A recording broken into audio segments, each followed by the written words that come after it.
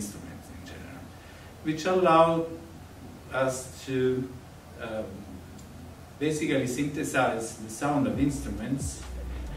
Yeah, I can describe, I mean, big audience uses that all the time.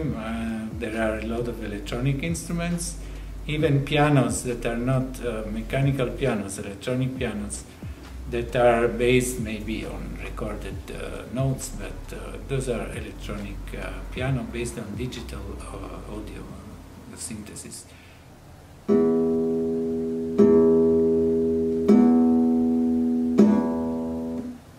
All this is calculated purely from scratch. And I started building electronic stuff out of Philips box that you could put all the components together. And finally, my guitar teacher at a certain point, she said, "Oh, I know a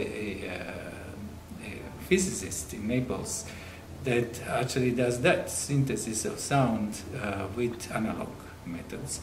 And so she fixed an appointment. I was like 12 or 13 years old at the university. And he gave me a lot of advices. And I learned a lot of things because actually never gave me the exact circuit.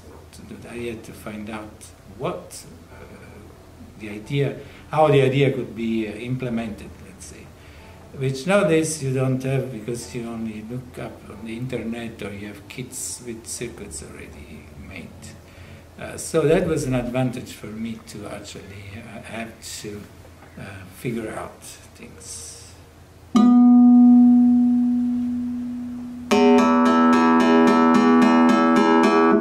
Different positions on the string, harmonics.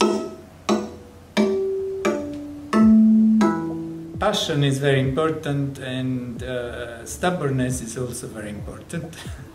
There are many obstacles.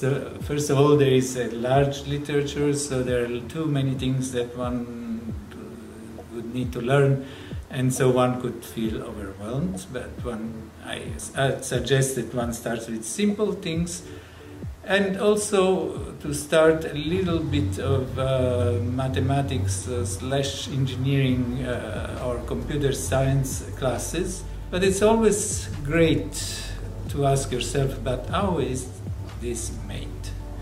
This is a very important question that a lot of the students I have today don't ask too much